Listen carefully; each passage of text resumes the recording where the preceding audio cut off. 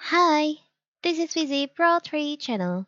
In today's video, I will show you how to change your friend name on Roblox. Before we get started, don't forget to subscribe and turn on the notification to keep you updated about this channel. So let's go.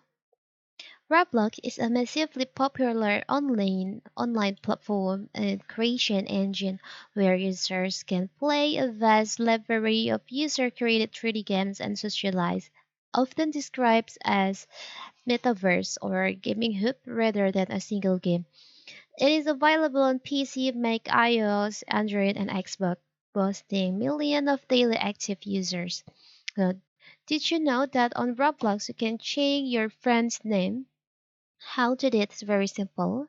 So first of all, of course, you have to open our uh, Roblox.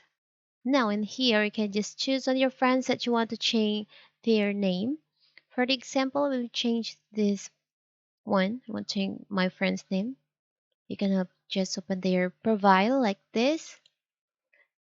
Now, after you open their profile, you can select all the three dots over here. There is an option customize name. You can just select on that.